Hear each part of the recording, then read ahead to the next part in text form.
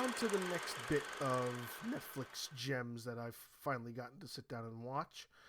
We gave Wendell and Wild a chance. I was really excited about this because it's the most recent piece of Jordan Peele storytelling. I happen to admire Jordan Peele a great deal, and I pretty much try to get to watch just about everything he does. So watching this and basically viewing what he saw as being one of the animations that he imagined after from how he says, I don't know if I've actually been able to find the actual quote, but from how he says, Tim Burton once said that Tim Burton could never draw or cast any characters of color in any of his animations or movies.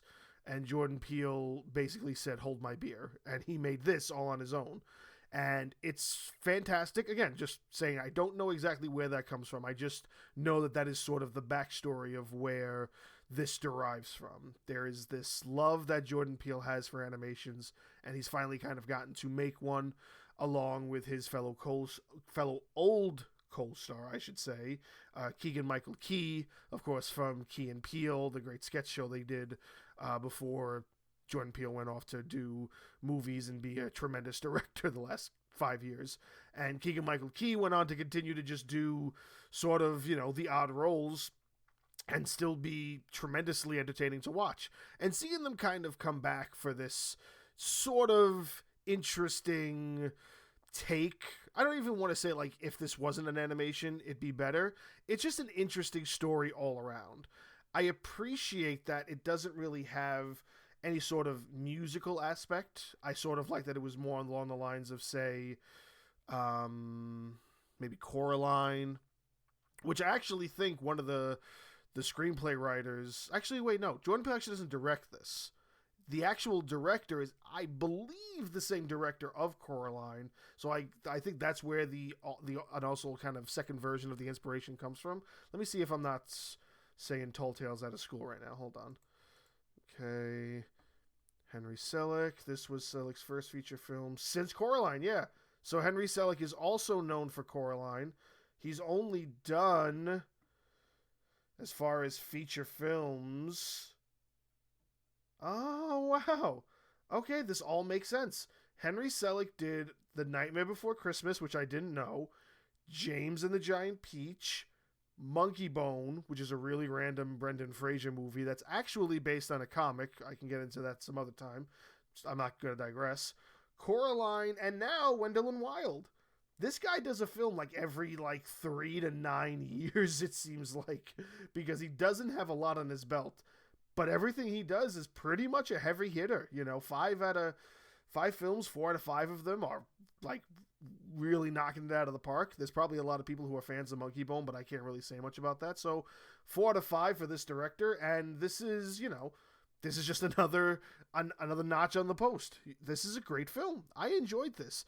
There are a few things that I kind of, I don't want to say they're like my quirks, but little nitpicky things about storytelling that I just wasn't 100%, I guess, expecting out of Jordan Peele. But when you're making something that's meant to be an animation, and it's not really adult animation, it's more like horror comedy, and it's presented in this cartoon fashion, you're gonna have it be that a lot of kids are gonna watch this. So you also want to make it kid-friendly to an extent.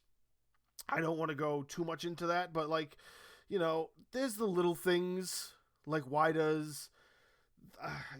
he's not even the devil. What do they call him? They call him Belzer? Beelzebub? Hold on, I'm right here on the page. Buffalo Belzer, who, by the way, is also voiced by Ving Rhames. Love that, by the way. He does play that very well. But this Buffalo Belzer character, who's, I guess, supposed to be Beelzebub, the devil, in a way, why does he have hair cream that apparently is able to bring people back to life for 12 hours? I don't know, but again, we're talking about this film that's not really, I guess, meant to make a lot of sense. It's an animated film about this little girl who has this tragic accident where her parents die. She blames herself. She becomes this rebellious teenager and is sent to this school for orphan teenagers, and it's in the town where her and her family used to live. So the story is just that she now discovers who is supposed to be her sort of guardian angels. There's another word for it, and those characters are Wendell and Wild, voiced by Keegan Michael Key and Jordan Peele. There's also a lot of other people in this. There's Angela Bassett's in it. James Hong is in it. I love James Hong. He plays the priest who runs the school. Who else is in it? There's another name I remember seeing pop up when I was looking at the characters, because I really liked the little girl actress who plays the main girl, Kat, but she isn't in much. This is one of her, I think, first feature film roles. Yeah, Lyric Ross. Lyric Ross has done mostly television. She was big on the series This Is Us for half of the show, half of the season. She's supposed to be an Ironheart, okay. And then she was only in a couple of other random episodes. But this is her first feature film outside of 3 other films, 2 which I've never heard of, Rogers Park and Canal Street, and then another film called The Glass, which doesn't even have a link in any way to kind of show you what that is or explain what that is.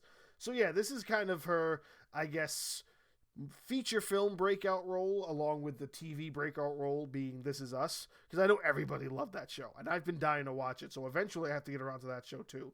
Not only because, you know, she's in it and this is another actress in the show that I like, but it's also Milo I'm probably going to butcher the way his last name is pronounced, Ventangelium, I believe it is. I can't think of the spelling off the top of my head right now, but he's from Heroes, and I loved Heroes, so I always wanted to watch This Is Us because of him, and I just never got around to it. But I digress. Back to the movie we're supposed to be talking about, which is Wendell and Wild. So this is just, it's a fun and it's exciting movie with a lot of interesting storytelling aspects of what they were trying to go for. And, you know, I can't sit here and just try to be, I guess, too critical about it, because we're talking about this original story. Like, what I always preach and what I always want people to really understand is that if you want certain stories to be told in a certain way, you got to present them, and you got to write them, and you got to put them down, and you got to put them out there. Yes, maybe there's a couple of areas where the storytelling for this isn't really there. Like the whole plot point of how Wendell and Wild, what they really want is to create a theme park. And the way they're going to do that is people are going to pay them in the real world to bring back people from the dead so they can raise the money to start their own theme park. It's really out there, and it's just really weird. But it's also, you know, we're talking about animated film that should just be a lot of fun to watch. You know, no one's sitting there like taking apart other animated films like that, so you can't be critical. You have to enjoy it for what it is. I enjoyed it for what it was. I thought it was tremendous, and maybe it's also my soft spot for Jordan Peele, and I'm able to kind of look past any of that stuff in a way, because this isn't going to be Nope. This isn't going to be Us. This isn't any of those films. This is very different from stuff that he's done or been doing. And this is him basically saying that, you know, how dare you say that people of color can't have animations done about them. And so he has the pull to show people that they're wrong. And I'm glad he's doing that. Because if any of that is true about what Tim Burton might have said in regards to any of his animation stuff, I'm not saying it's going to make me like Tim Burton less, but I do hope Jordan Peele was kind of able to shove this movie in his face and say, look what we were able to do.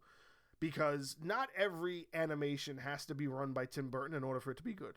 Coraline is a great example of that. Coraline is a fantastic animated film that is based on a novel, although Wendell and Wild isn't based on a novel. It is good enough to be put up there with those other animation films that aren't run and owned by Disney, that aren't Tim Burton, that aren't Pixar. Other people are out there doing good animations, and those things should be praised.